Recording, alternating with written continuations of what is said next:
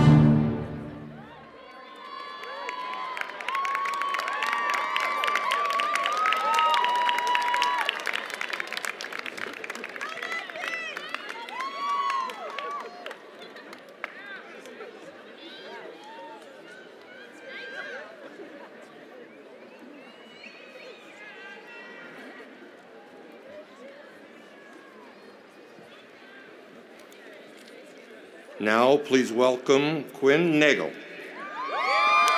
who will sing our national anthem. Please rise if you are able and remove your hats. Quinn?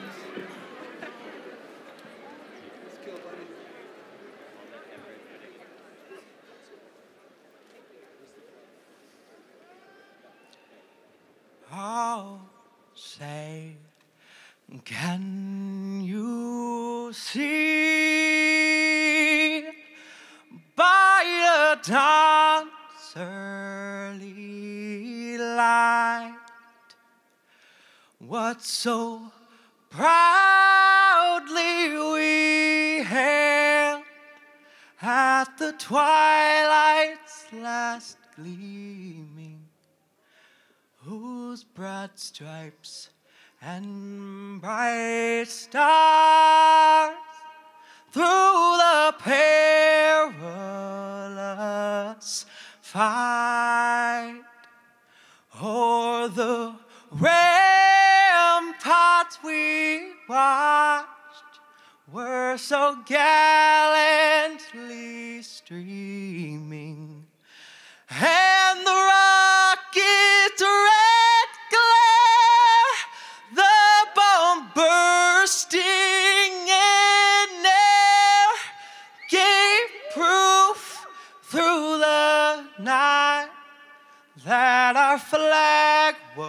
was still there. Oh, say does that star-spangled banner yet wave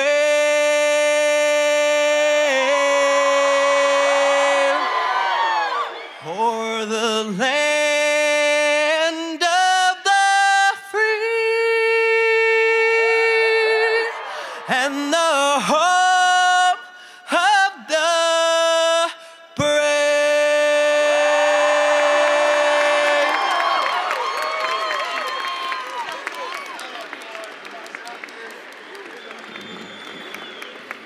Thank you, Quinn. And now, please welcome the 10th Chancellor of the University of California, Berkeley, Nicholas B. Dirks. Chancellor.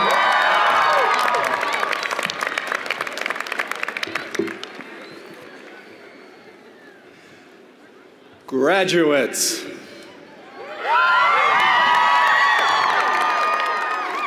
friends, family, and guests, welcome to the University of California at Berkeley and to our Commencement 2014. As Berkeley's 10th Chancellor, it is my distinct honor and pleasure to preside over today's celebration of the graduation of the class of 2014. And as this is my first Berkeley graduation too, it is my special thrill to be here with you. But graduates, this is your day. You join and you renew the long line of alumni reaching back all the way to 1868, whose lives are forever entwined with this great university. Today, you become one of some 465,000 living alumni worldwide who can proudly call themselves Berkeley graduates.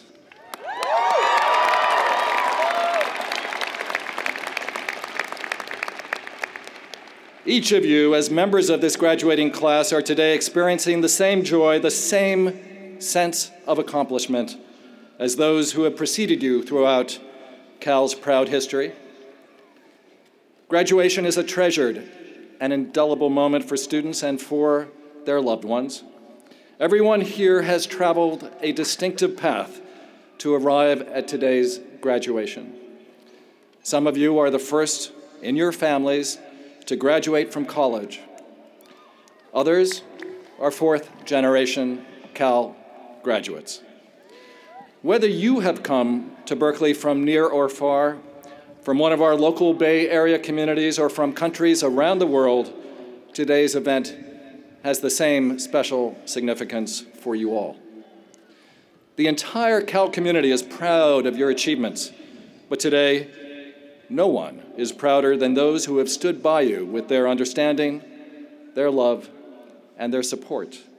Graduates, please join me in thanking your families, your partners, your children, your friends, and your mentors, everyone who helped pave the way for your arrival today at one of life's greatest crossroads. Thank you.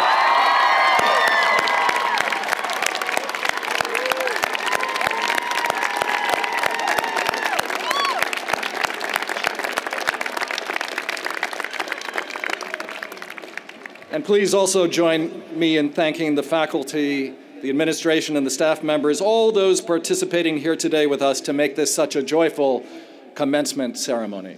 Thank you.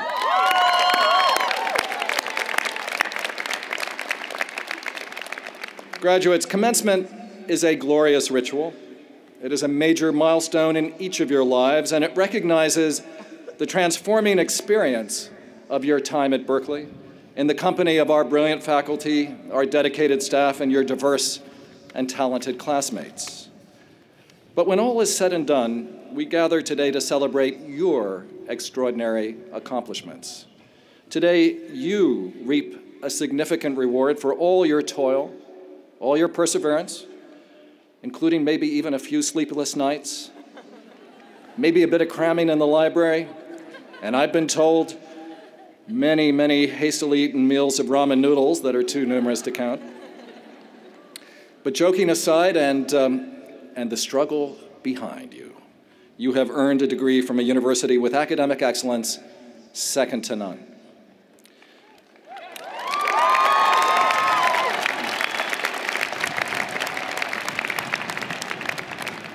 Commencement is also an occasion to honor our past, to celebrate the excitement of this present, and yet look forward to the promise of the future. You have been educated at the world's finest public research university.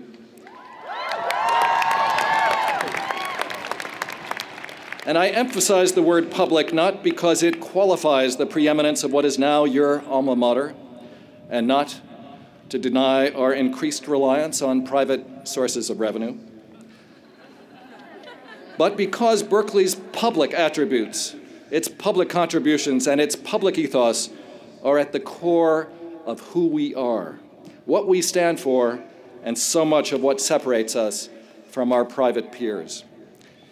Berkeley has provided you with a rigorous education that has always been focused on and informed by the centrality of the idea, indeed the ideal, of the public good. You have learned through critical reflection and engagement with some of the most fundamental human debates and dilemmas. You've had to develop and hone your skills of effective and persuasive communication. You've not only learned so much that is new, but you've also participated in the production and development of the knowledge that is expanding our imaginative and our technological frontiers, often through the research done right here on campus. And you've asked yourselves and each other the most challenging moral and intellectual questions about meaning and purpose in our lives and in our society. These skills and intellectual affinities will go with you. They will be continuously useful, and they will take you far beyond the narrowly construed economic and career benefits that are too often used as the sole means to evaluate the importance and utility of the time you have spent here. You are going out into a world of constant change, a world that indeed will demand higher levels of creativity, imagination, flexibility, and literacy, both linguistic and numerical, than ever before. A world, however, that is also replete with urgent moral choices. As Berkeley students, you are as well prepared as possible to negotiate this future, a future that is being transformed so quickly by new technology, expanding globalization, changing social and economic structures, new cultural and political challenges, and dangerous environmental trends. But if we've done our job well, you will not just negotiate the challenges ahead. You, like thousands before you, will be leaders and innovators in finding ways to meet and overcome these challenges. And these challenges, as well as the myriad opportunities that are part of your prospects ahead, are now, as you know, global in scale, whether in the form of poverty, climate change, the quest for sustainable sources of energy, more equal and widely distributed economic growth, global health issues, religious and social movements, and new levels of international conflict. But I've seen your passion, I've seen your energy for wanting to make a difference, whether in ensuring the long-term health of our planet, in eradicating disease and abating poverty, or making life better for those who are less advantaged. We know how committed you are to contributing to the public good in the truest and deepest sense of the word. And yet, there is abundant evidence that the very idea of the public is in serious trouble. There's been a palpable decline in our collective confidence that government, and by extension and implication other public entities, have the capacity or the inherent aptitude to deliver basic services and to meet these emerging challenges. This, of course, stands in marked contrast to attitudes prevalent not so very long ago, when there was a broad national consensus about the efficacy and value of public institutions when it came to things like addressing poverty, building infrastructure, confronting environmental degradation, or for that matter, ensuring access to high-quality education at every level, including the highest. But education is increasingly seen as a private good at best, And public disaffection for things public has been further propelled by populist resentment of so-called elite ideals and aspirations. And the fate and future of one of this country's grandest ideas, public higher education, is under great duress. Now, as graduates and beneficiaries of this uniquely American system of public higher education, you now have a significant stake. A stake far greater than just the private personal benefits of your time here, however many there have been, in our continued success, in our efforts to preserve not just access and affordability, but also our excellence in research, teaching, and service that supports the greater good. This means taking collective pride not only in supporting alma mater, but also in finding new ways for us together to define and to inhabit the meaning of the public in our current age. Our public argument must be made not just to the state, but to everyone else, including the private sector, which also reaps significant rewards from all that we do in the classroom, in our libraries, and in our laboratories. You can be, I dare say you must be, advocates with business and government, and indeed with society at large, to help us marshal the full range of intellectual, political, and financial resources required to continue our mission and to ensure that mission remains rooted in the public ethos that gave birth to this university nearly 150 years ago. Now, for some, this may sound like a message that is separated by far more than 50 years since the time this campus was convulsed by the protests of the free speech movement, an anniversary we will celebrate this coming year. But the truth is that this quest to secure and sustain our public mission is not just about nostalgia for days gone by. You are graduating into a world that now more than ever requires the optimism, the passion, and the commitment that animated your predecessors here at Berkeley. Martin Luther King Jr. famously said also 50 years ago that our lives begin to end the day we become silent about the things that matter. And for speech to have power to change our society, it must be based on these ideals. It must be also, however, rooted in knowledge and morality and understanding. True free speech rejects homogeneity and uniformity. It rejects easy solutions. It embraces engagement across differences of background and perspective, and it involves total respect for others and disdain for cynicism. And it accommodates ourselves to the unique challenges of each time, and now, of course, our time. So today, even as you prepare to leave Berkeley, we must all acknowledge and celebrate the fact that we are vitally connected to each other, that you will carry the imprint of Berkeley not just on your diplomas and resumes, but also in your fundamental identity, your values, and your commitments. You may leave us physically, but everywhere you go will be Bear territory.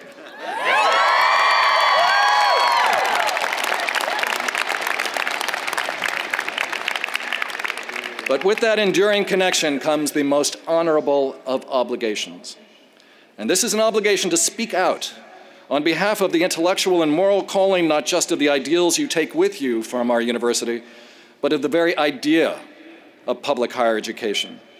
This education, particularly at the scale and caliber of UC Berkeley, is an extraordinary achievement, a promise of both personal transformation and social betterment made manifest through the arc of a continuing dream to realize our full potential and at the same time achieve the full potential of our society. Critics may scoff at us for our utopian language, our belief that our individual fates are and always will be bound together, or they may hold us accountable to the ills of our general political and economic circumstances. We must, however, hold our ideals to be self-evident and subject only to the limits of our imaginations. And it is our individual and collective imaginations that, above all, are continuously transformed by our time here together on a campus built out of the dreams of pioneers who knew not what we would become as a campus or a people.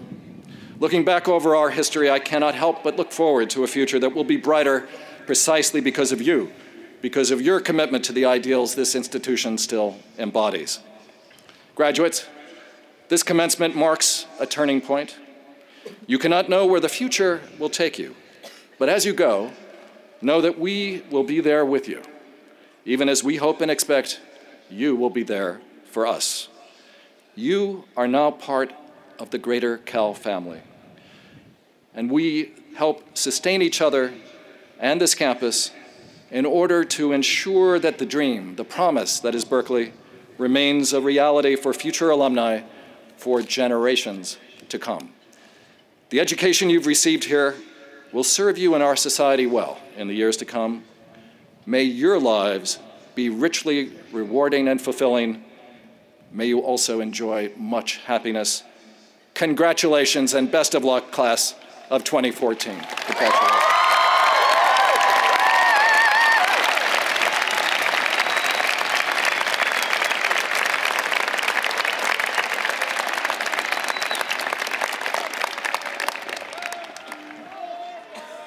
It is now my honor to participate in a Berkeley tradition to present at commencement the Elise and Walter A. Haas International Award to honor an alumnus or alumna who has a distinguished record of service to his or her native country. This year's awardee is alumnus Andres Romer, who earned his PhD in 1994 in public policy from UC Berkeley. Wait. I'm going to embarrass you now. Okay. Andres Isaac Romer Slomiansky is a Mexican diplomat, journalist, civil servant, and one of Mexico's leading and most internationally recognized public intellectuals. Currently, he serves as Consul General of Mexico in San Francisco, where he has played a crucial role to enhance the partnership in education, culture, and innovation between Mexico and the United States. Dr. Romer has been a leader in creating and implementing key ways of promoting science, art, and culture in his native country. He has shaped intellectual discourse on public affairs in Mexico more than anyone else in his generation, and he's widely admired for his prodigious efforts to bring the world to Mexico and Mexico to the world. In his diverse roles of scholar, journalist, intellectual curator, and diplomat, he's positioned Mexico as an emerging cultural leader. Dr. Romer is devoted to empowering people by teaching them to question accepted beliefs and to order the complexities of society. He is the creator of the internationally celebrated Brilliant Minds International Festival, which draws to his native country some of the greatest minds and leaders from around the world, giving opportunity to college students and young professionals alike to be exposed to new ideas and reaching millions of Mexicans through free broadcasts of those talks on national television and the internet. He's also the author of 16 books and 2 plays on a diversity of topics. His range of influence is extensive and has significantly impacted the well-being of the Mexican people. It is a great pleasure for me to present the Elise and Walter A. Haas International Award to Dr. Andres Romer.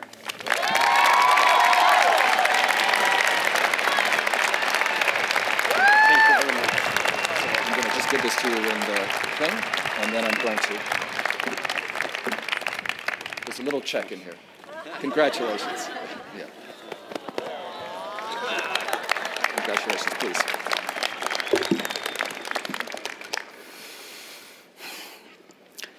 First of all, thank you very much with all my heart, with all my brains, with all my grace, with all my obligation. Thank you to UC Berkeley. Thank you to the Chancellor. Thank you to Bob Kutter. Thank you to the people of Mexico. Thank you to the government of Mexico, to Grupo Salinas, to TV Azteca, to Ricardo Salinas, to my friends, to ITAM, to UNAM, to my family. 20 years ago, exactly May 17, 1994, I was knocking the door of the office of my PhD thesis advisor, Susanne Schochmer. I was expecting exactly what I always expected, that she was going to open the door, she was going to tell me, Andres, you still have to work harder in your econometric analysis, look for more research in the Journal of Law and Economics or of Legal Studies, and most of all, try, please, to be fearless of dangerous ideas. Think critically. Okay, but when I opened that door, that day was different. That May 17 of 1994, when she opened the door, She was smiling, and I asked her, "So tell me, Dr. Scotchmer." And she told me, "Welcome, Dr. Romer." What? Yes, you finished your PhD. As a Mexican, I couldn't avoid to start shouting. As a Jewish guy, I couldn't avoid to call my mother. At the end, 20 years later, Bob Cooter calls me and tells me, "Andres, you're receiving the International Elian Walter Haas Award." So the first thing I had to do was my obligation and my desire was to call my teacher, advisor, Dr. Susan Scotchmer, because she taught me, this university taught me to have a critical thinking. When I called to the Graduate School of Public Policy, they told me, "Andres, I have a terrible news for you. Susan Scotchmer passed away last December." Susan Scotchmer passed away, but not her ideas. I want to share with you what she taught me. There is no most powerful force in humanity, in society, that could transform our lives than a critical mind. That a mind that explores new questions and forget old ones. A mind that really challenges the statu quo. That don't believe everything it thinks. A mind that really takes risk in dangerous ideas. Let me tell you, if we really want to finish with racism and intolerance, it's not through wars or through walls. It's not through weapons or through drones. It is through critical thinking. Malala had a critical thinking. Susan Scotchmer had a critical thinking. Einstein, Darwin, Baruch Spinoza, Giordano Bruno, Galileo Galilei, they had a critical thinking. And you know what? Today, all of you, because this education of UC Berkeley is built on a critical thinking, today you have a critical thinking. So today, I want to dedicate this award to Dr. Susan Scotchmer and invite all of you to take risk for dangerous ideas, to have a critical thinking, and don't forget, now ideas call to action. Good luck and thank you very much.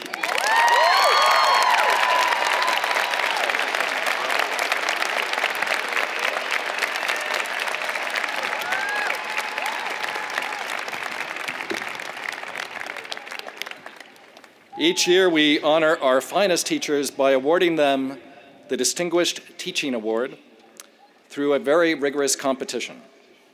The recipients of this award are truly great and inspired teachers. And it's my pleasure to announce to you this year's Distinguished Teaching Award recipients. They are Professor Eugene Chiang in the Department of Astronomy and Earth Planetary Sciences. He regrettably is not able to be with us today. But Associate Professor Munis Faruqi in the Department of South and Southeast Asian Studies, and Associate Professor Ron Hassner of Political Science. Could you please join me in congratulating them for this award? Where are you? There you are. Please stand. Please stand. Yeah.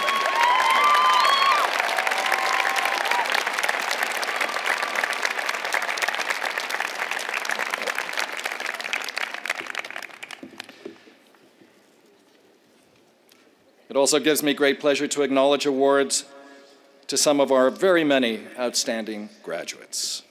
The Jake Kimball Prize goes to Carter Crow.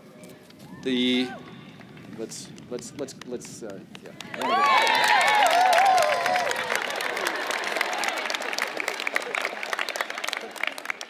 The Anna Espenshad Prize goes to Jordan O'Reilly.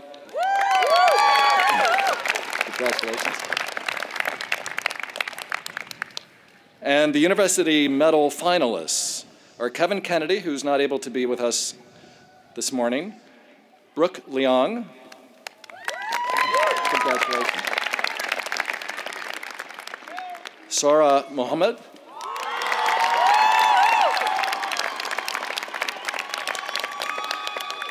congratulations, and Rohin Shah. Congratulations.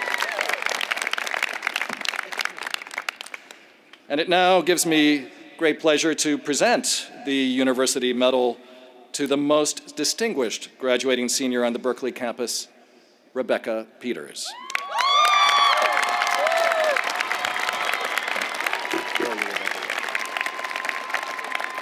A transfer student from Cal Poly San Luis Obispo, Rebecca is graduating with a double major in Society and Environment offered by the College of Natural Resources and Interdisciplinary Studies, and a minor in Global Poverty and Practice.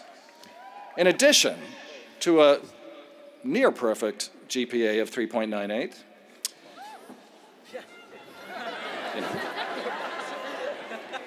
Rebecca is recognized for her public service in such countries as Guatemala, Mexico, and Bolivia, where she is focused on improving the quality of and public access to potable water, which she believes is key to empowering girls and women in particular. In addition to founding projects in these countries, she headed up the Berkeley Water Group, a student-run think tank on global water, health, hygiene, and sanitation issues, and offered a decal course, Water and International Human Rights. She's worked with migrant farm workers in the Salinas Valley on water contamination issues as well. In the last year, Rebecca won 3 of America's 10 most prestigious academic scholarships. As a 2014 Marshall Scholar, she's headed to England, where she'll attend Manchester University and then Oxford University. And she hopes to return to UC Berkeley for a PhD to shape US foreign policy related to issues around water access. It is my great honor and pleasure to present the University Medal to Rebecca Peters. Rebecca, congratulations. Thank you. Can I? Thank you. Thank you. Oh.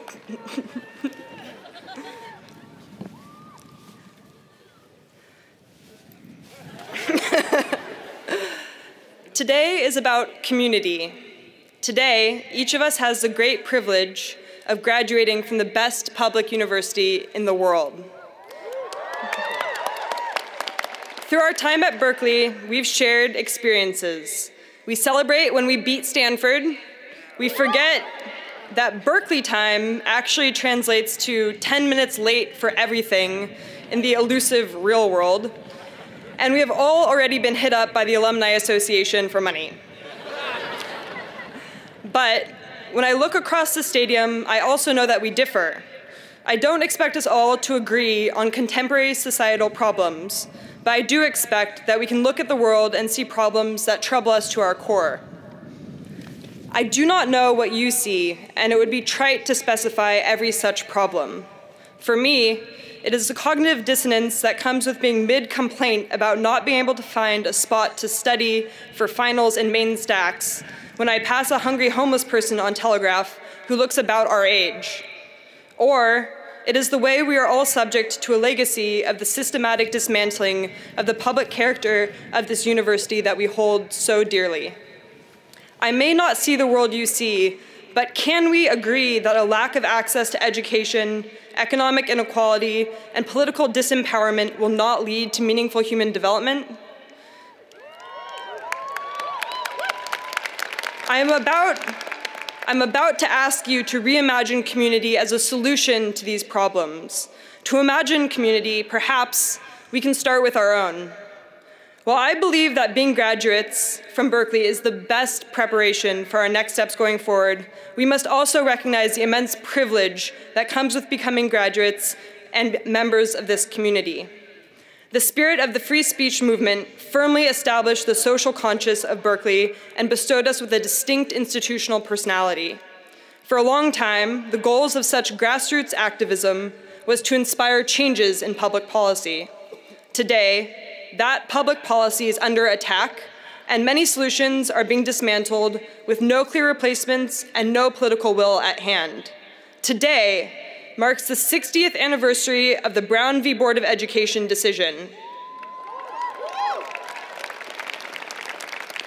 Simultaneously, the Supreme Court is rolling back the Voting Rights Act and affirmative action programs, and voting ID laws are on the march. And now, with the great privilege of carrying the Berkeley name with us on our diplomas, we could get a free pass to not think twice about oppression or inequality in this country or elsewhere. It will become easy to ignore things that are inconvenient or uncomfortable for us to discuss as a privileged community with the power to choose to ignore complex social problems. But a history of critical thinking, engaged scholarship, and consideration for the needs of others are not inherent to the paper degree you will receive today. The institutional personality of the University of California, Berkeley will always be a result of the intentional efforts put in by the people who comprise it. On this day of great celebration, we must remember that the system is not something that is external to us. We are now graduates. We are the system. Cultural theorist Stuart Hall reminds us that the university is a critical institution, or it is nothing. Once we receive our diplomas, Berkeley becomes an indelible part of our identity, and we are an indelible part of Berkeley. And this is part of what it means to be members of this community. Political scientist Kara Wong defines community as an image in the mind of an individual, of a group toward whose members she feels a sense of similarity, of belonging, of fellowship. Such participation leads to an interest in and a commitment to the well-being of all community members, regardless of one's own interests, values, or ideology. Such a community is essential to develop a sense of purpose, of belonging, of identity. But we must also create that community and give back to it. It is only by considering the tensions between seeing our community as it is and what it could be can we establish who we are and what we stand for, including the shared awe, excitement, anxiety, and intimidation of being Berkeley graduates. As musician Vijay Iyer said, for me, if I choose to belong to a community, an us, it must mean we who remember the past, we who care about the future, we who are compassionate, generous, patient, and deeply committed to the welfare of others. We who agree that naming ourselves an us is not an end, but just a beginning. The importance and value of initiating and sustaining such connections with one another as proud students and now alumni of Berkeley is so that we can continue to imagine, to build, and to enact this concept of community. Because community is not about the past, it's not nostalgia, it is not contained within these walls. Rather, it is an ongoing process of realizing the values that we've found here at Berkeley, a process we must continue well after we graduate.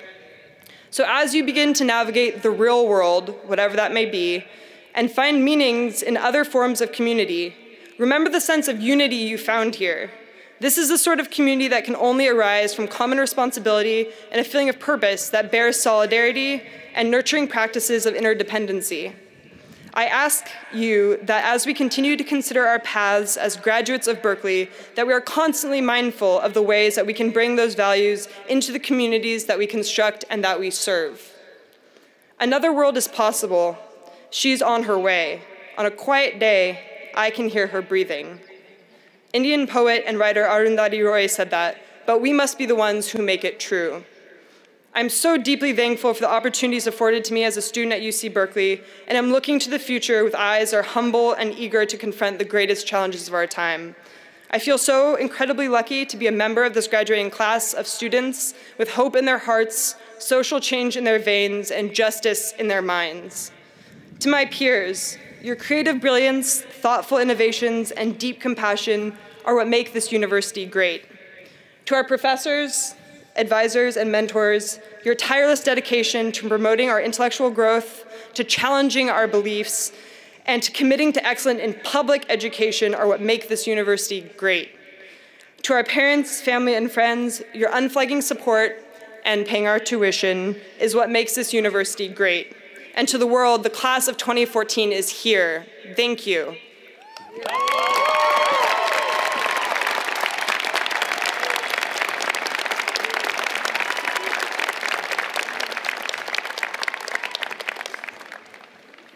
Thank you, Rebecca. That was wonderful. I think she fits the university medal to a T. And now, please welcome Amelia Crunchbell and Julie Hudong, class of 2014 Gift Committee, with a special presentation to the university. Amelia and Julie.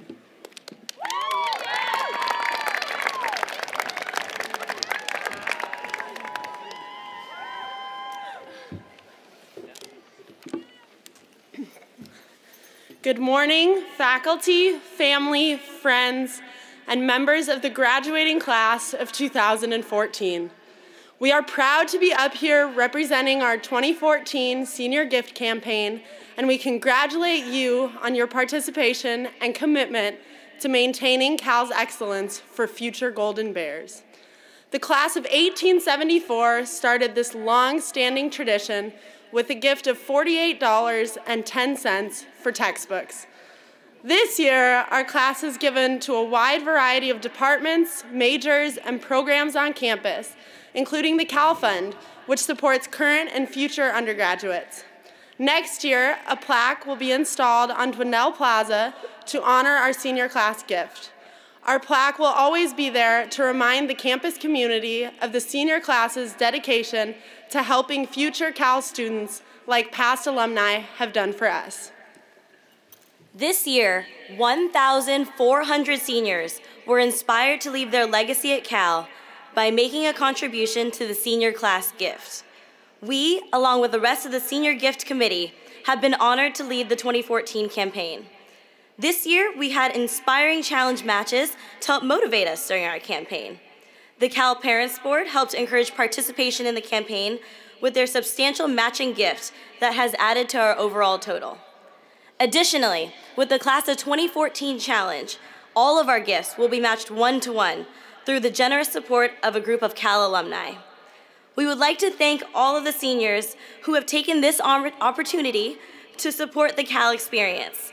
And now, without further ado, we would like to present you, Chancellor Dirks, with the Class of 2014 Senior Gift of $111,900.48.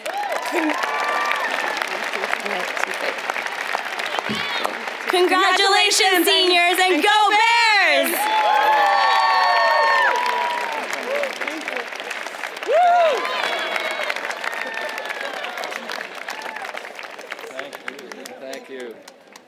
Thank you. Thank you to the 2014 Senior Gift Committee. Thank you to all of you. And go Bears! Go.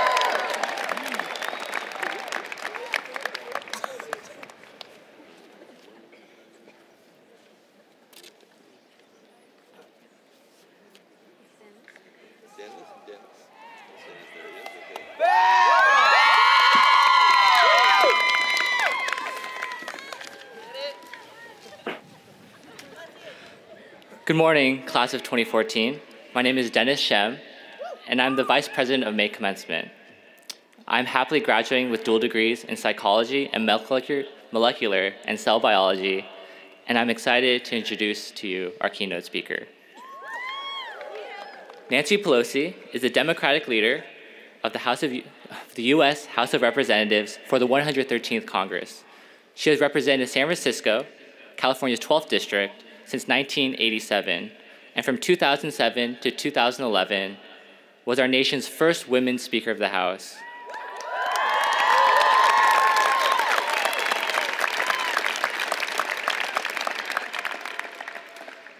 Leader Pelosi comes from a strong family of public service and has 5 children and 9 grandchildren of her own.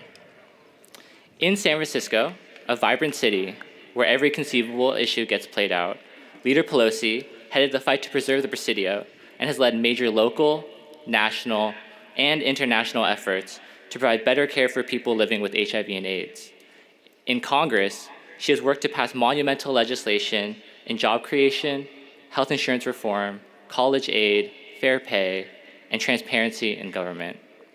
Her accomplishments show a dedication to getting things done. And as we finish our time here at Berkeley and move forward, we often hear the challenge to change the world. But taking a cue from Leader Pelosi, I'd more simply say that we have been given the charge to get things done. And I know we, as Berkeley graduates, can accomplish this from wherever we stand, whether we are employed or unemployed, headed to grad school or serving abroad, moving to new communities or going back home. On a more personal note, I was delighted to find out that Leader Pelosi has a penchant for ice cream, something I also thoroughly enjoy, and honestly sounds quite good on a beautiful and momentous day like today. Maybe we can all get a scoop of ice cream at EC later. On behalf of the class of 2014, I'd like to thank you, Leader Pelosi, for choosing to be with us today and sharing your insight with us. With that, would you all please join me in welcoming our keynote speaker this morning, Madam Leader Nancy Pelosi.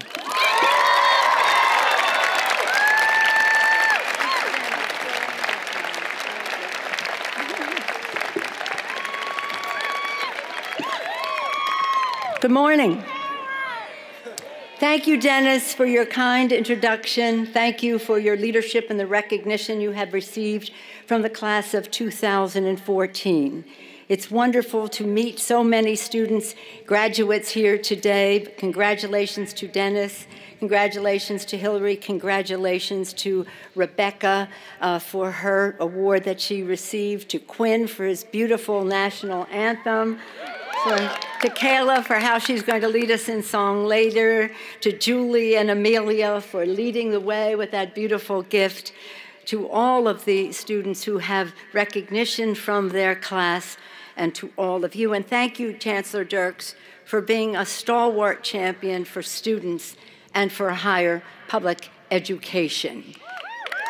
Thank you for your statement of values that you presented this morning. Thank you. Thank you to the students, faculty, staff, and leaders of UC Berkeley for the invitation to participate in this special day. I am very, very honored to be here with you.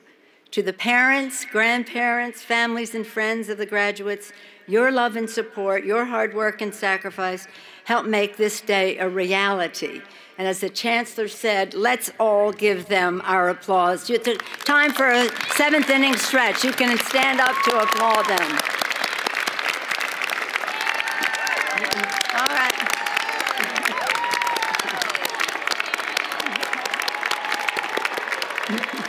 You can applaud yourselves.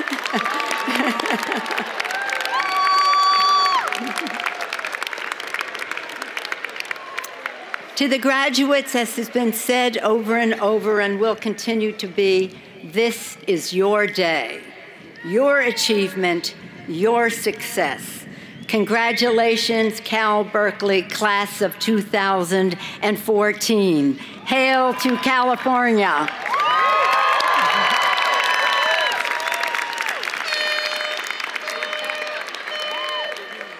The journey to this commencement has been long and challenging at times, engaging and exhilarating at others. Each Berkeley student paves a unique path, as the Chancellor said, through this great university. All Berkeley graduates can look back on a set of shared experiences from their time here.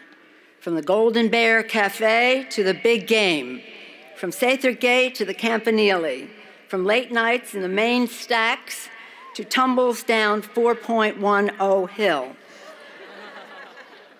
Each of you leaves the institution with a powerful collection of common memories. And Berkeley students share common values, a strong ethic of public engagement. Thank you for your strong commitment to public service manifested by your thousands of hours of community service. It's pretty exciting to know about that and to know that you will take those values, the values spelled out by the Chancellor in his excellent statement, those values, whether you go to the private sector, take those values to the private sector, to the public sector, and to the nonprofit sector. As has been mentioned, you graduate in a year, 2014, that marks the 50th anniversary of the free speech movement, a campaign embedded in the heart of this campus, on the Savio steps, on Sproul, at the Free Speech Movement Cafe. In many ways, Americans across the country share the legacy of what happened here 50 years ago. It was a demonstration that began as a call for greater freedom of speech on campus, and it strengthened a value integral to the American story, the power of free expression. That tradition began at the start of our country.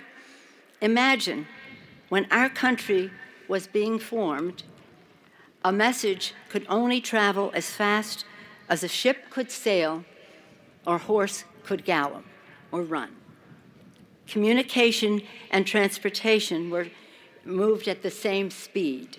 Nonetheless, our founders were successful disruptors of the then status quo.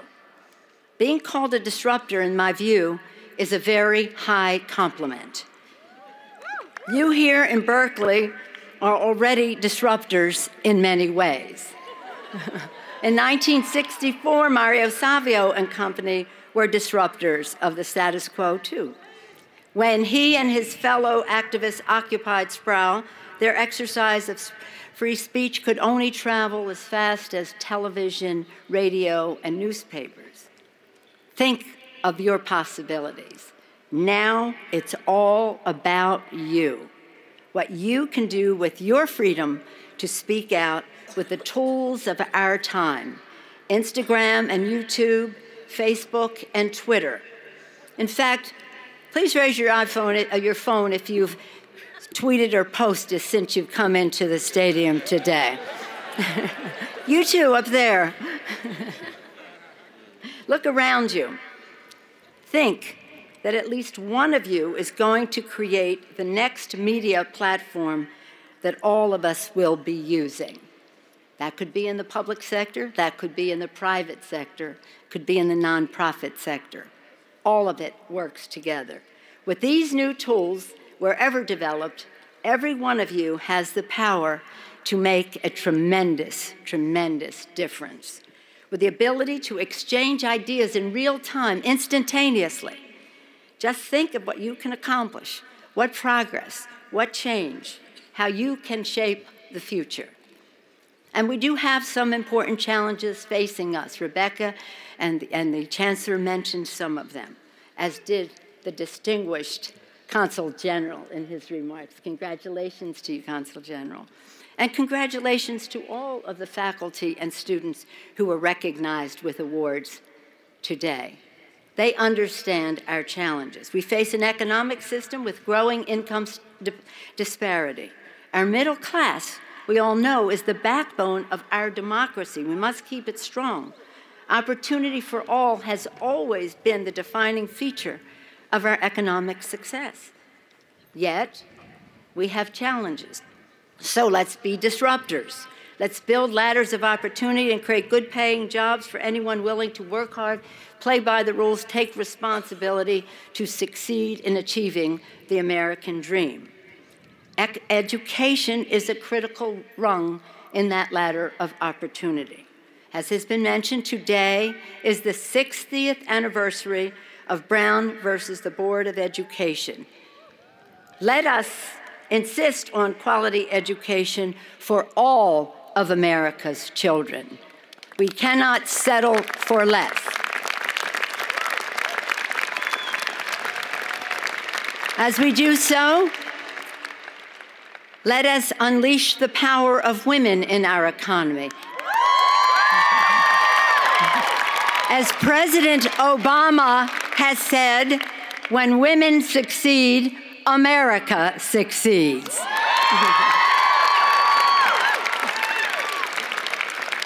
Let us recognize the value and promise of newcomers to America by passing comprehensive immigration reform as soon as possible. Let's close the opportunity gap and build an economy that works for everyone, for our graduates, for our returning vets, for all Americans. We also are challenged by facing a political system where the Supreme Court equates money with speech, tolerates obstacles to participation in terms of voting rights, and all of this opens the floodgates to secret special interest money in our elections. Our founders Our founders, they sacrificed, in their own words, their lives, their liberty, their sacred honor for a democracy, a government of the many, not the government of the money. So let's be disruptors. Let's restore power to the voices of the people, not the pockets of the privileged few. I guarantee you this. If we use the power of free speech to reduce the role of money in politics and to increase the level of civility in our political debate, we will elect more young people, more women, more minorities, more LGBT community members, and that will be good for all Americans.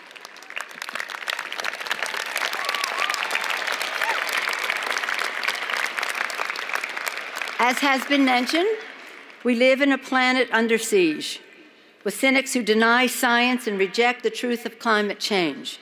But the facts are clear and indisputable. Here at Berkeley, thank you for embracing science to preserve our planet for future generations.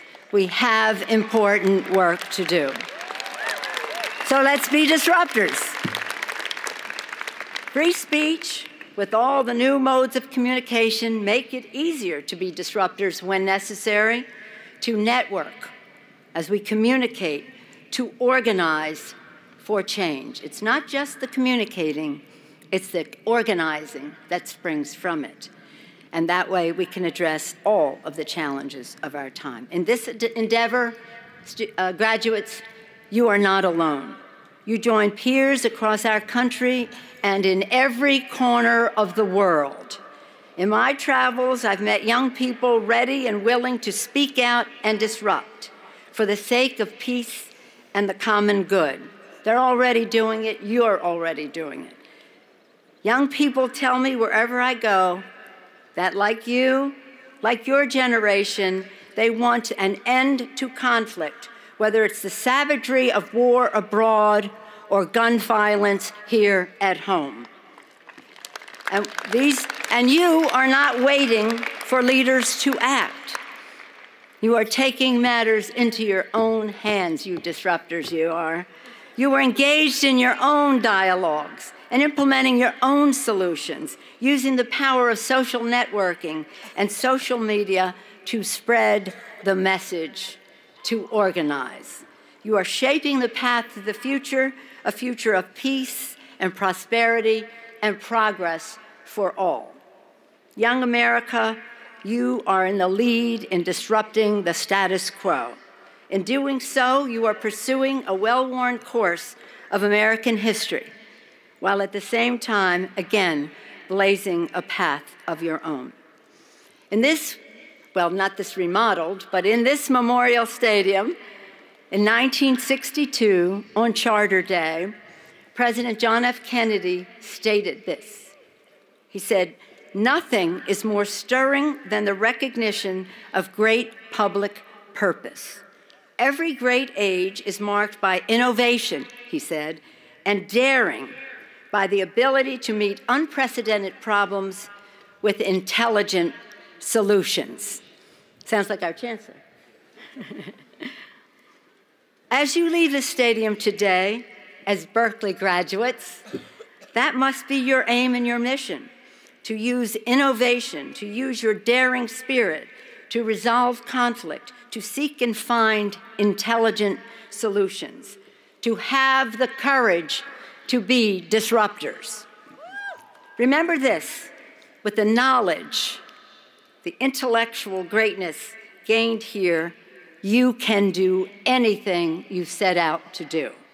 You may not be aware of the opportunities that await you, but when those opportunities present themselves, be ready. Be idealistic, be pragmatic, be ready. That's a lesson I've taken to heart in my own experience.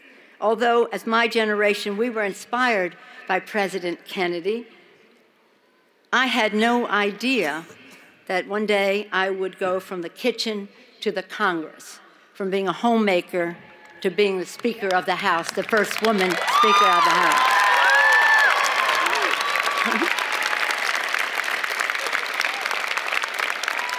So as I close, my wish for you today is that you go forward with confidence, strengthened by your Berkeley education.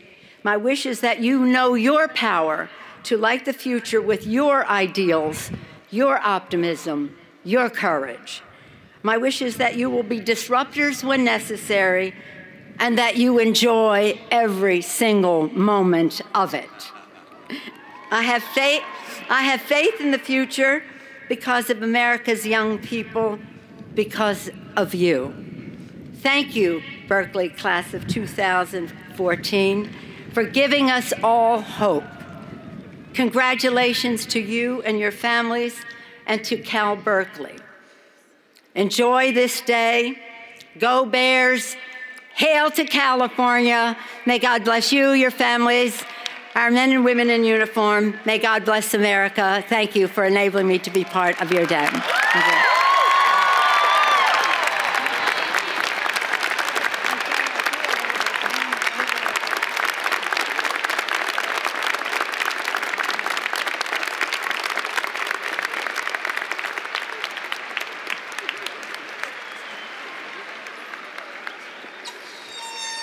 Thank you, Madam Leader, for your honoring us by being here today and your inspiring words. Now, please welcome Kayla Love,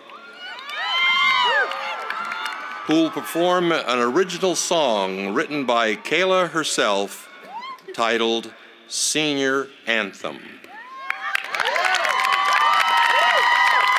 Hello, Berkeley. My name is Kayla Love, and today I will be graduating with a degree in political science as the first college graduate in my family. Thank y'all. At this time, I would love to give a special shout out to all of the beautiful women of the Vagina Monologues. Yes, we here. To all of the students for hip hop and for all of the students in my Tupac decal. All right, here goes my song.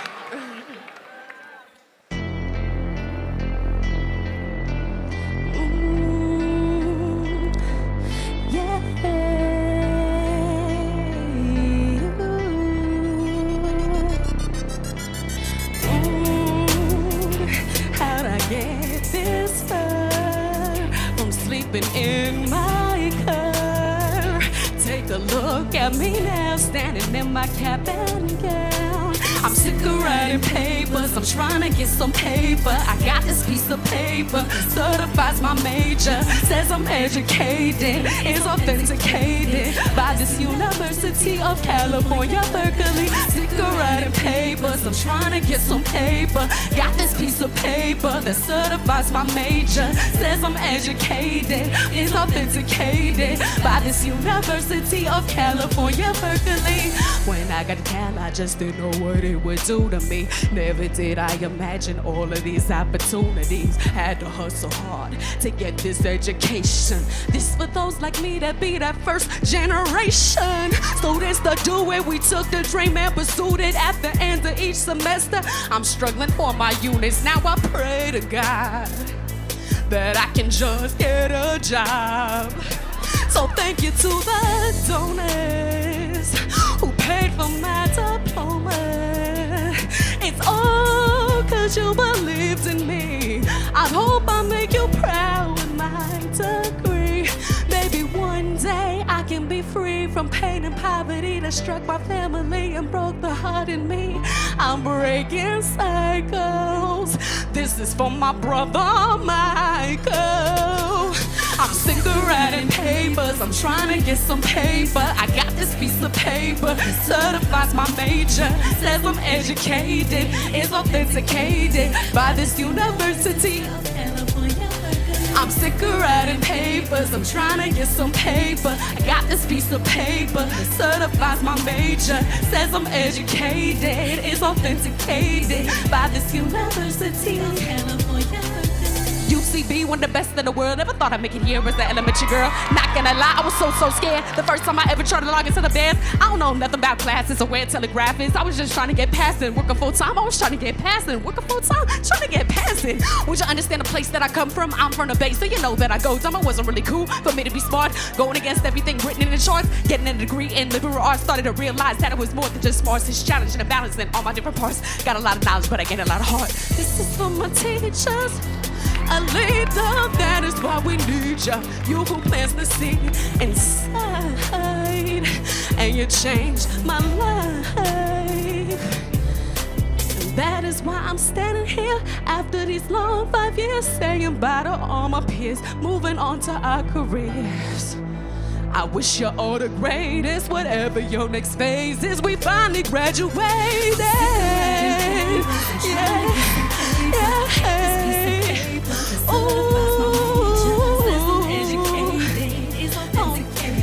By this University of California, Berkeley. Sick of writing papers, trying to get some paper. Got this piece of paper, certified my major. Says I'm educated, is authenticated by this university.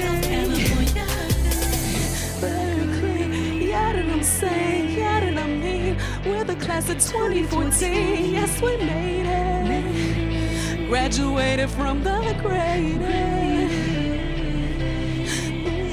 Yeah, that I'm saying, yeah, that I mean. Give it up to the class of 2014, yes, we made it. We finally graduated. Thank you, class of 2014.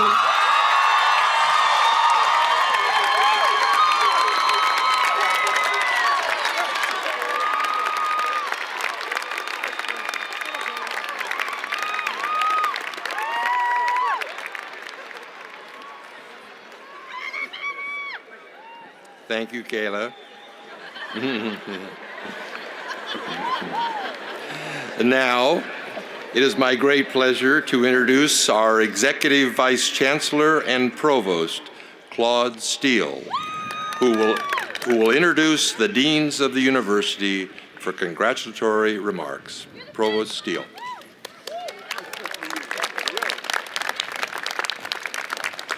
Wow, I think we're all a little intimidated to follow that act. That was fantastic. We'll do the best we can. It's a great pleasure to have the role of introducing the deans of the schools and colleges of the University of California at Berkeley, who will in turn introduce the candidates for the degrees in course in their respective groups. Those candidates will be expected to rise as they are introduced. So as your group is introduced by your dean, stand up and take the wonderful words that they will offer. With that, I will begin the ceremony.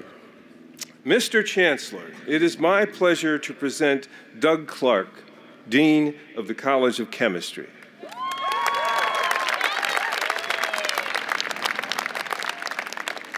Thank you. Mr. Chancellor Dirks, I present to you the chemically bonded,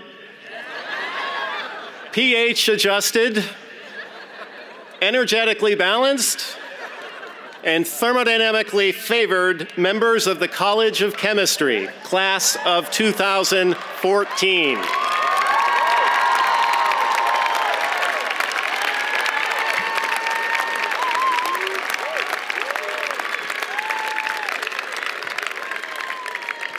I wish to salute and congratulate all of these industrious and tireless students of perpetual motion who are receiving degrees in chemistry, chemical biology, and chemical engineering.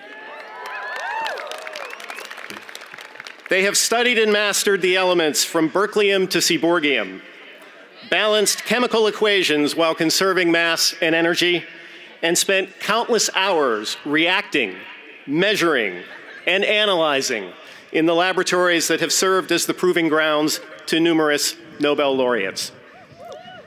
We all live in a chemical world. Our lives, our environment, our energy, our food and medicine, indeed all products we rely on for our daily routines are impacted by the activities of chemists and chemical engineers. These extremely dedicated and multi-talented men and women before us today are the scientists and engineers who will lead the way in developing principles and processes of sustainable chemistry and will ensure the products society needs can and will be provided in a socially and environmentally responsible manner. They are, after all, Berkeley graduates. Thus, Mr. Chancellor, I implore you to carry out the remaining transformation that only you can perform and grant these students the degrees they have rightfully earned, along with all rights and privileges thereto attached.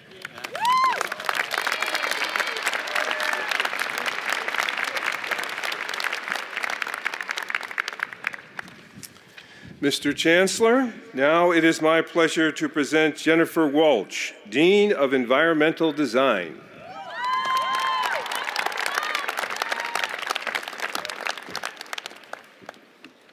Thank you very much.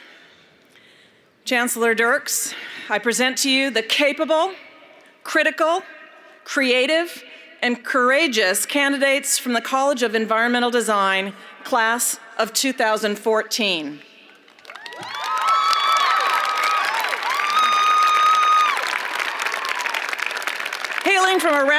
Hailing from countries around the world, these candidates represent our academic departments, majors, and programs: architecture, urban studies, city and regional planning, landscape architecture and environmental planning, and urban design.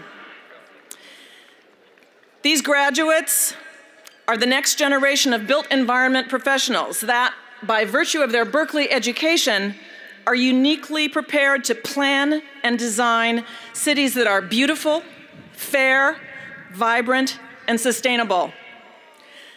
They conduct research on cities from Berkeley to Beijing, New York to Nairobi, Mumbai to Mexico City, studying housing, transportation, infrastructure, poverty, health, and urban communities and their cultures.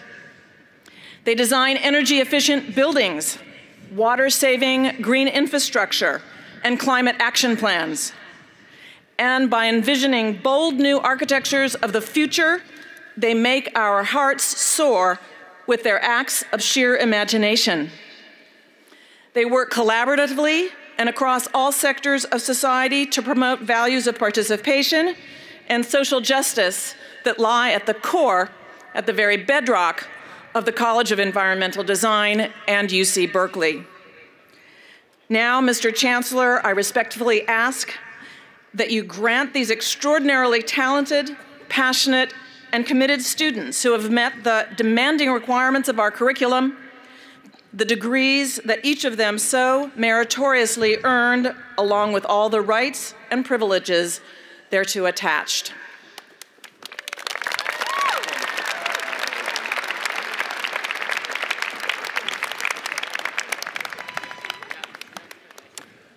Mr. Chancellor, now it is my pleasure to present Shankar Sastry, a Berkeley alum himself, who has ascended to become the Dean of the College of Engineering.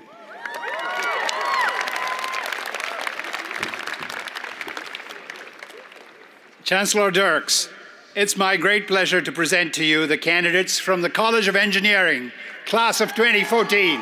Please rise.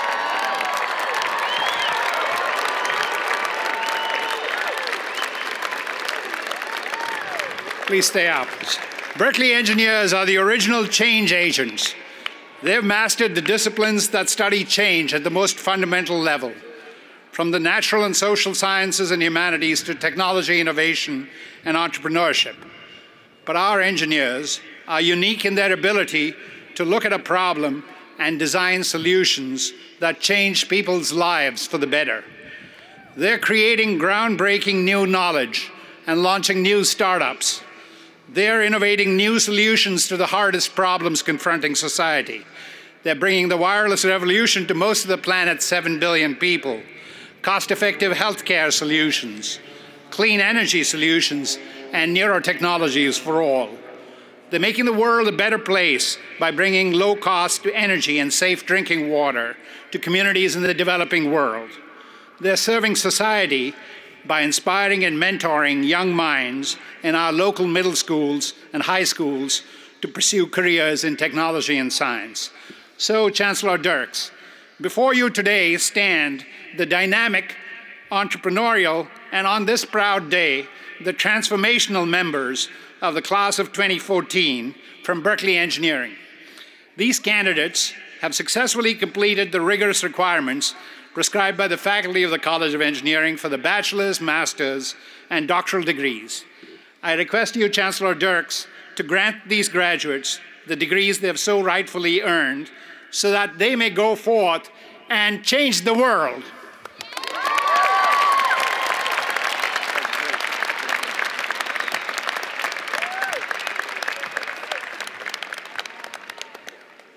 Mr. Chancellor, it is my pleasure to next present Rich Lyons, also a Berkeley alum, who is Dean of Haas School of Business.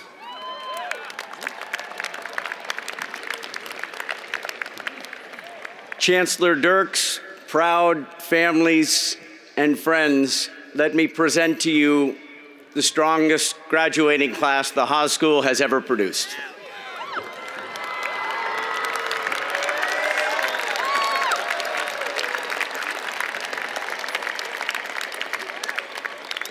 The achievements that were required of the 3/4 of you who applied to the Haas School as sophomores 2 years ago have never been higher. The achievements of the 1/4 of you, based on the California Master Plan for Higher Education, who came to Berkeley as juniors at the same time you came to the Haas School, the community college transfers, your achievements have never been higher, and we salute you. We salute all of you. At the end, it is about mission and values. At the end, it is about purpose and what animates that purpose. In our admissions process at the Haas School of Business, whether at the graduate or the undergraduate level, there are 4 levels, 4 values that we take very, very seriously. They are: question the status quo, confidence without attitude, students always, and beyond yourself. Question the status quo. If that's not Berkeley, I don't know what is. Question the status quo is that habit of mind. That question, isn't there a better way to do this? True confidence comes without arrogance. Students always, will we understand at the end of our lives that we still have feedback to hear, things to learn, and beyond yourself. That sense that we're part of something larger than ourselves, that we have a sense of stewardship for things beyond ourselves and our own careers. Mr. Chancellor, I urge you to confer the degrees to these outstanding young people who have earned this degree and this wonderful day of celebration today. Thank you.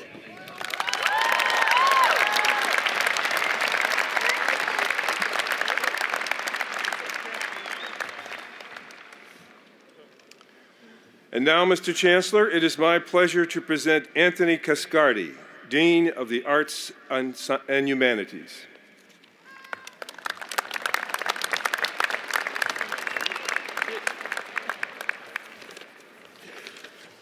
Most Honorable Chancellor Dirks, most excellent, awesome Chancellor Dirks, it is my great privilege to present to you the degree candidates from the Division of Arts and Humanities, class of 2014. Degree candidates, please rise.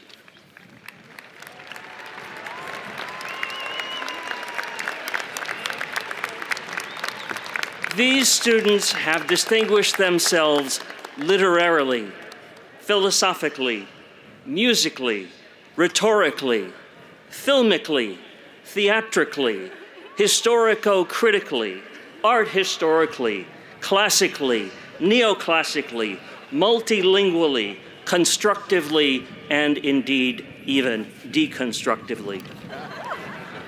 They have kept our libraries, our museums, our classrooms, and our performance spaces alive and awake as they have kept alive and mostly awake in them.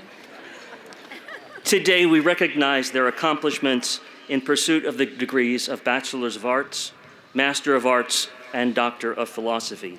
Their imaginations have been awakened, their intellects have been enlarged, and their lives have been deeply enriched by the work that they have done at this remarkable institution. You will go forth to expand, enliven, and enrich the worlds in which you will move. Dear Mr. Chancellor, I was to urge you, but I will take no chances. I strongly urge you today to confer the degrees that these candidates have so well earned and to welcome them into the ranks of cultured and learned, talented and creative men and women. Thank you.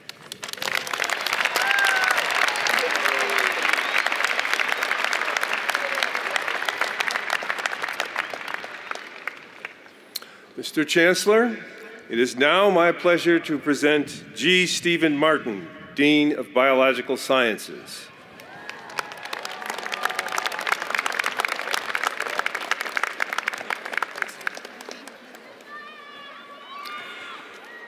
Mr. Chancellor Dirks, before you stand the graduates from the Division of Biological Sciences in the College of Letters and Sciences. Graduates, please rise.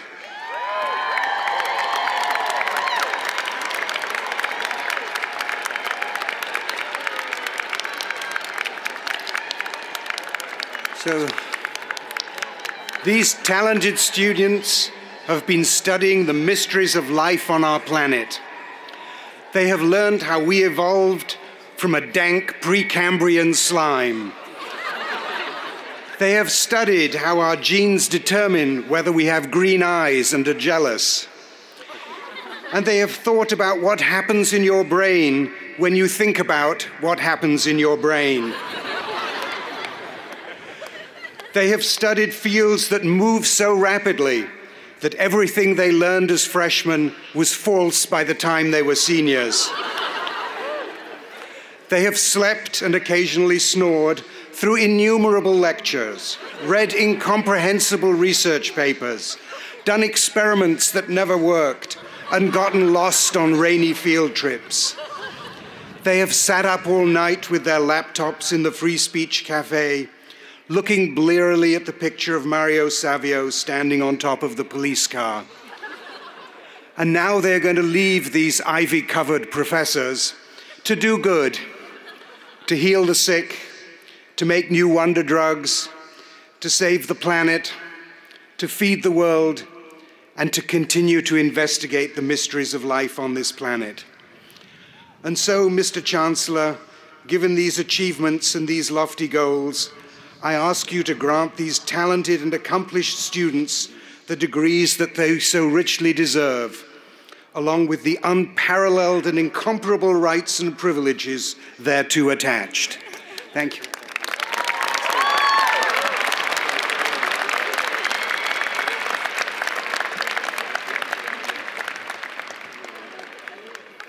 Mr. Chancellor, it is now my pleasure to present Mark Richards, Executive Dean of the College of Letters and Sciences and Dean of Mathematical and Physical Sciences.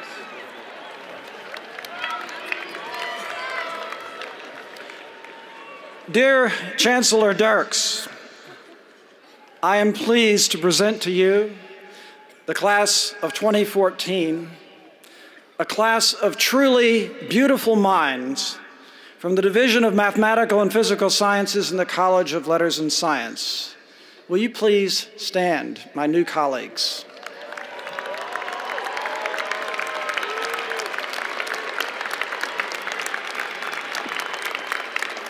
We are proud of these students because they have worked hard and studied seemingly endless hours to become knowledgeable and capable scientists. While studying the natural sciences, these students learned that, technical ability aside, the success of the natural sciences depends first and foremost upon the honesty and integrity of scientists. And they learned that generous collaboration, rational discourse, and respect for the ideas of others make for better science, and perhaps someday, more meaningful public discourse on the great challenges of our times. They learned that equations and theories and proofs can be both powerful and beautiful, but that good data and insightful observations will usually have the last word. Because they are from the College of Letters and Science, they learned that literature, the arts, understanding human behavior, and respect for others who are different should inform their careers and their lives. And because they are Berkeley students, they will aspire to create stronger communities, a more just society, a sustainable planet, and of course, the ultimate theory of everything. For all these reasons, I beg you, wise and dear and benevolent Chancellor, this will get better as things go on. Smile upon these overworked and newly educated citizens, and finally put their long-suffering and supportive families at ease, and send them forth with their cherished Berkeley degrees to enrich the world with their love of science, their creativity, their passion for discovery, and their determination to ensure for future generations that the Big Bang will never happen again.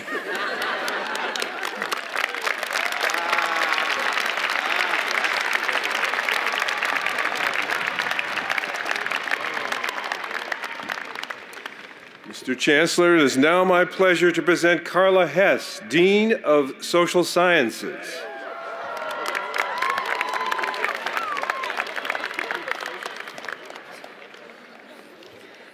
Thank you, and congratulations to the class of 2014. Dear Chancellor Dirks, I am proud to present the more than 2,000 students in the Division of Social Sciences of the class of 2014. The social scientists are the largest and among the most diverse division of the Berkeley College of Letters and Sciences.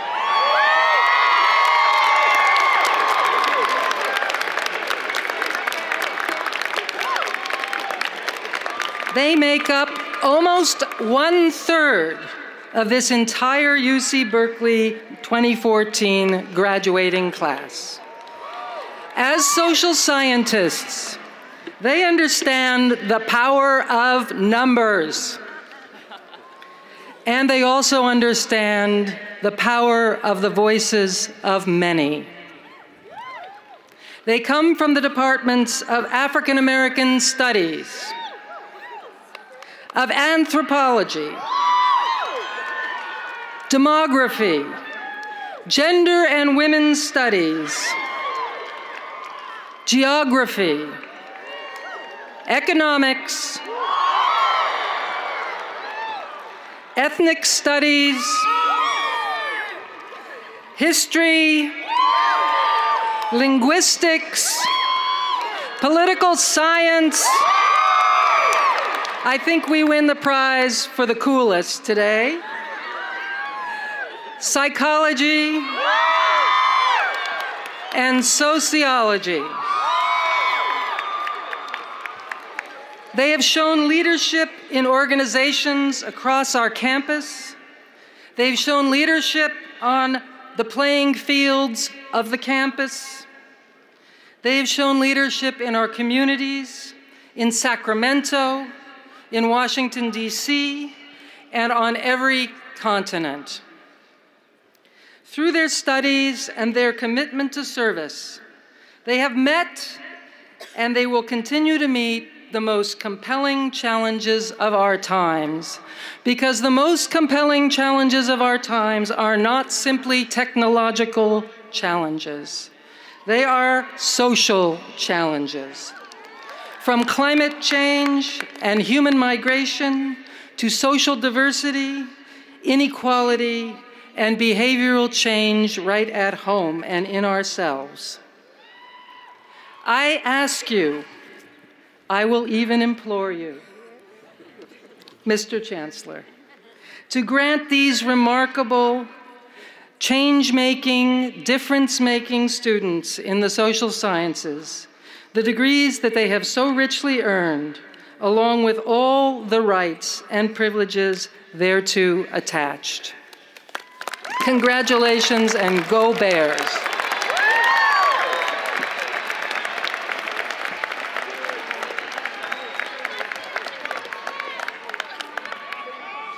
Mr. Chancellor, it is now my pleasure to present Tyler Stovall, Dean of Undergraduate Division.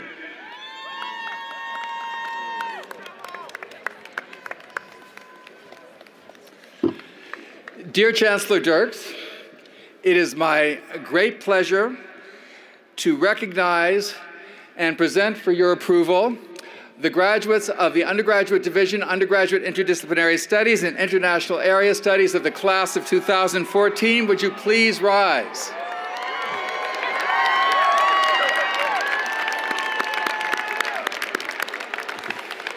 Dear Chancellor Dirks, these graduates have learned to embody and create a world that is international, interracial, interconnected, and interdisciplinary.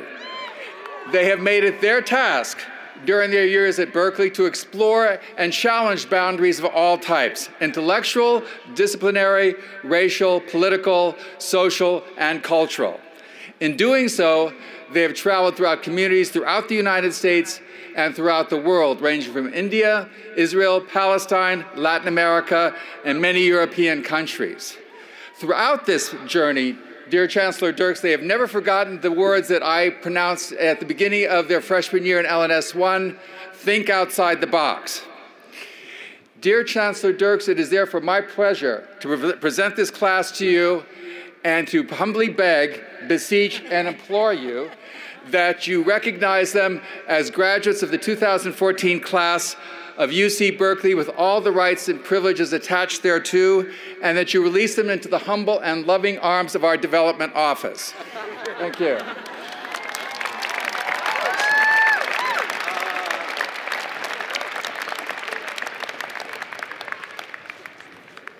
Mr. Chancellor, it is my pleasure to present now J. Keith Gillis, Dean of the College of Natural Resources.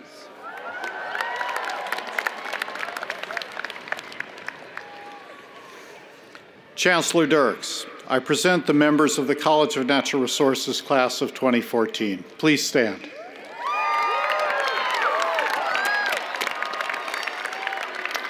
Their studies have ranged across the social, physical, and biological sciences, the arts and humanities, with most of them refusing to be constrained by the boundaries between disciplines that too often limit our ability to effectively address problems of social justice or environmental sustainability, or to gain new insights in how ecosystems or organisms or societies function. As Berkeley students, they have questioned conventional wisdom, the status quo, and the faculty at every turn. As College of Natural Resources students, they are united by their capacity to see the bigger picture and their desire to make a better world. I believe they will do just that, justifying our love and admiration for them all. Chancellor Dirks, I respectfully ask that you recognize the achievements of these remarkable men and women, granting them the degrees they have earned from our beloved institution, along with the rights and privileges thereto attached.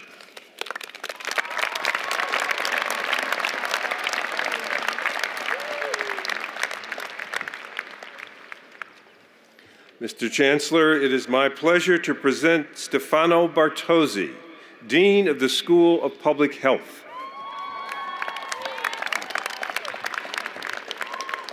Thank you very much. Mr. Chancellor, Speaker Pelosi, I have the great privilege to present to you the more than 350 students graduating in public health, undergraduate, master's, and doctoral.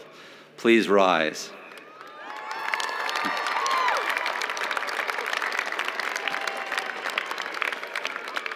It's my privilege to present these students to you because of the extraordinary individuals that they are. They came into public health because they care about addressing perhaps the cruelest of the disparities that many speakers have mentioned here today, disparity in health. They came here to address disparities in health, many of them having already worked to address those disparities in their previous lives. If there's something that we don't often think about, I suspect that most of you have learned more from each other than you have from us. You were extraordinary when you got here, and you have come together to address these inequities and disparities during your time here. You will become physicians, you will become CEOs, you will become attorneys, and whatever you do, you will be addressing the disparities in health here in California and around the world. Today, before I implore the Chancellor, I want to implore you. Today, you become our colleagues. Tomorrow, you become employers of future graduates. Remember what the previous graduates have done for you, and remember your obligation to those who come after you. Today, now, I implore the Chancellor to grant degrees, but one is especially sad, because I'm going to ask him to award a posthumous degree to Ted Agu, our scholar-athlete, whom we lost this year.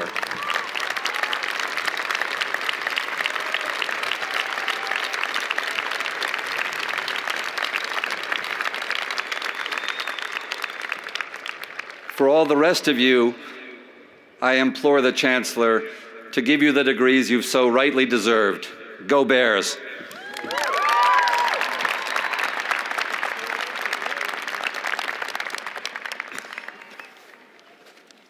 I seem to be coming apart here under the pressure. I don't know. Well, Mr. Chancellor, it is my pleasure to present our last Dean of the morning, Jeffrey Edelson, Dean of the School of Social Welfare.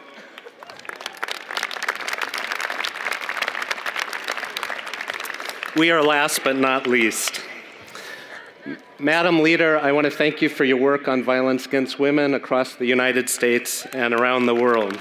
It's been truly very important support.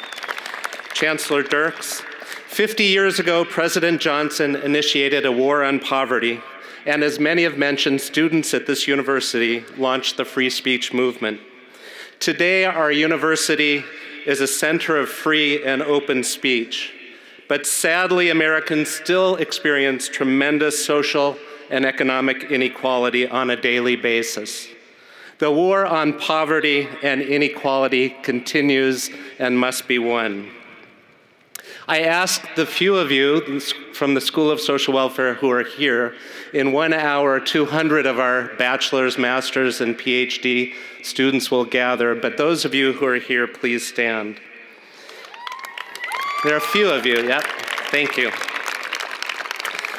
While Americans have turned their backs on the poor among us, our graduates have committed themselves to leading scholarship that will help right the wrongs in our society, developing, implementing, and testing evidence-based interventions, and partnering with those marginalized in our society to improve their daily lives and the communities in which they live. As I said, later today, 200 social welfare graduates will participate in our school's commencement at Zellerbach Auditorium. Today's social welfare graduates have collectively provided over 100,000 hours of community service while studying for their degrees. 90% will remain in California, continuing to work for our common good. They live the public mission of this university. So, Chancellor, social workers don't beg, but we ask you to partner with us, with our students, for a better world, and to grant them a degree so they can go out and make it. Thank you.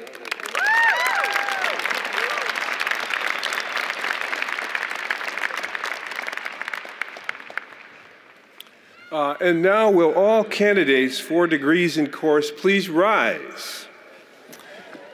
It is time for the conferring of your degrees by our most excellent Chancellor, Nicholas B. Dirks. Please note that in accord with his great excellence, After his remarks are concluded, a cannon will go off. So I just wanted to warn you about that. The canon is in accord with your great excellence. And now, by virtue of the authority vested in me by the President of the University of California, I grant you the degrees of Doctor of Philosophy, Master of Arts, Master of Science, Bachelor of Arts, and Bachelor of Science. Congratulations, graduates. You may now move your tassels from the right to the left.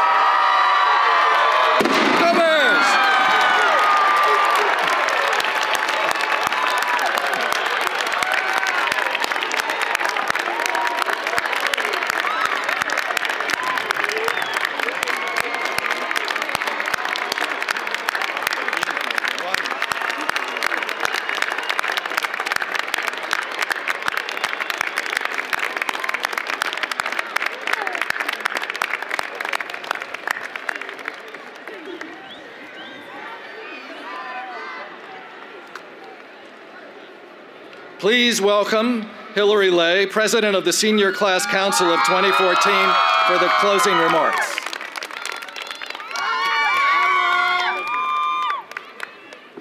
Thank you, Chancellor. Jack Kerouac once said, "One day I will find the right words, and they will be simple." I was hoping throughout my term as Senior Class Council President that today, May 17th, 2014, would be that day.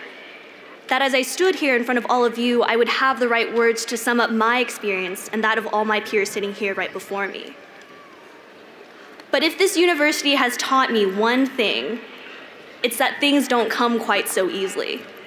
Life is hard, and things are complicated, interesting, like a novel.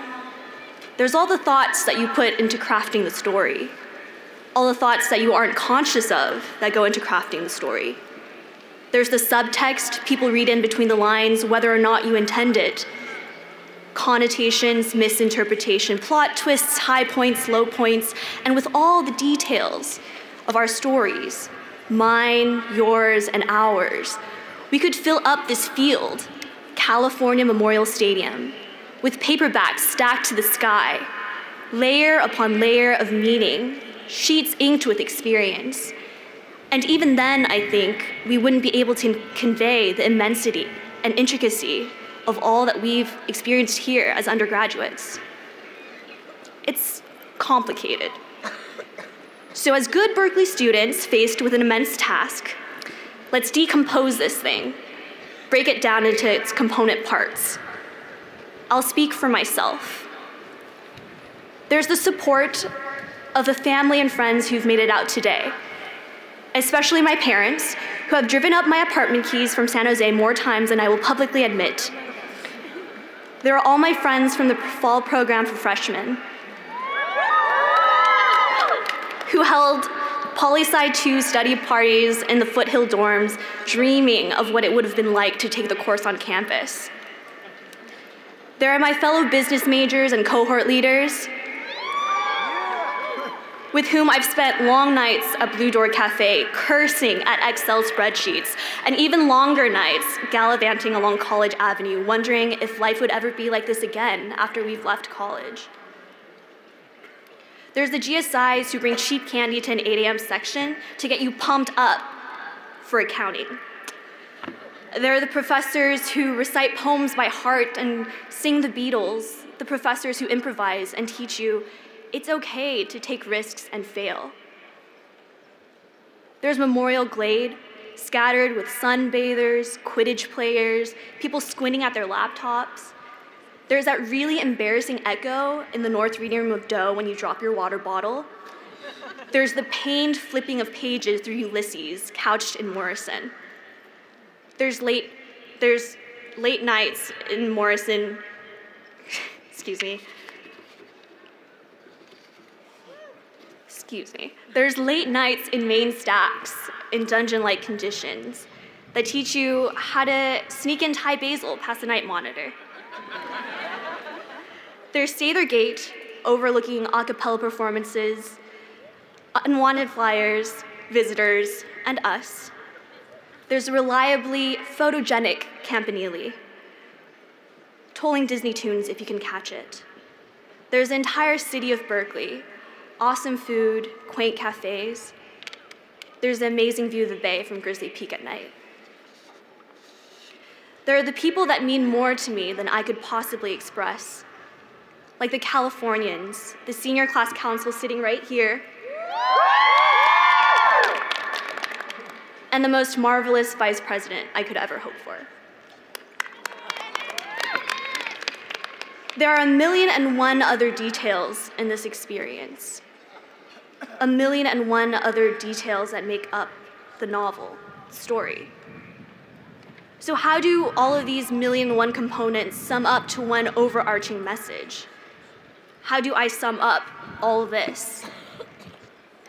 The paradox is that after using all these words and summarizing everything, the task at hand seems even more complicated, more immense.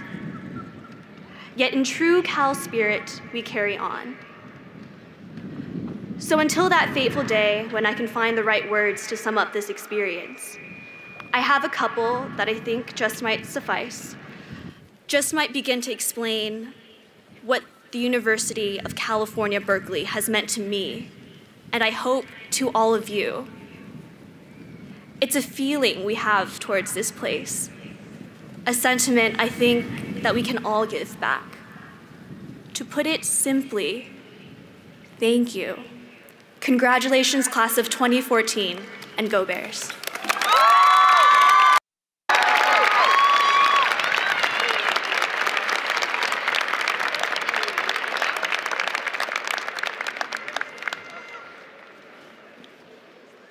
Thank you, Hillary.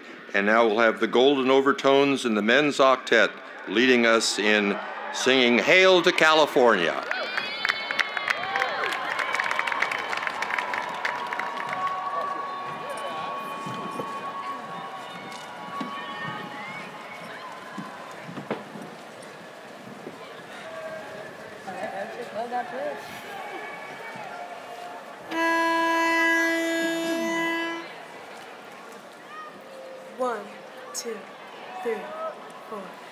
Hail to California, alma mater dear. Sing the joyful chorus, sounded far and near. Rally round her banner, we will never fail. California, alma mater, hail, hail, hail. Hail to California, Queen in whom we're blessed, spreading light and goodness over all the West. Fighting 'neath her standard, we shall sure prevail. California, alma mater, hail, hail, hail. Go Bears!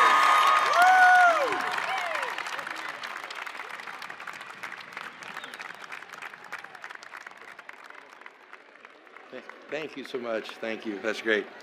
And before we finish, I want to thank the Rally Committee for the banner and the cannon. Thank you again for attending the class of 2014 wonderful commencement ceremony. Congratulations to our graduates and their families. Please remain in your seats until the recessional has been completed and join your graduates on the plaza level outside the stadium. We wish you all a pleasant and safe afternoon, and one last, go Bears.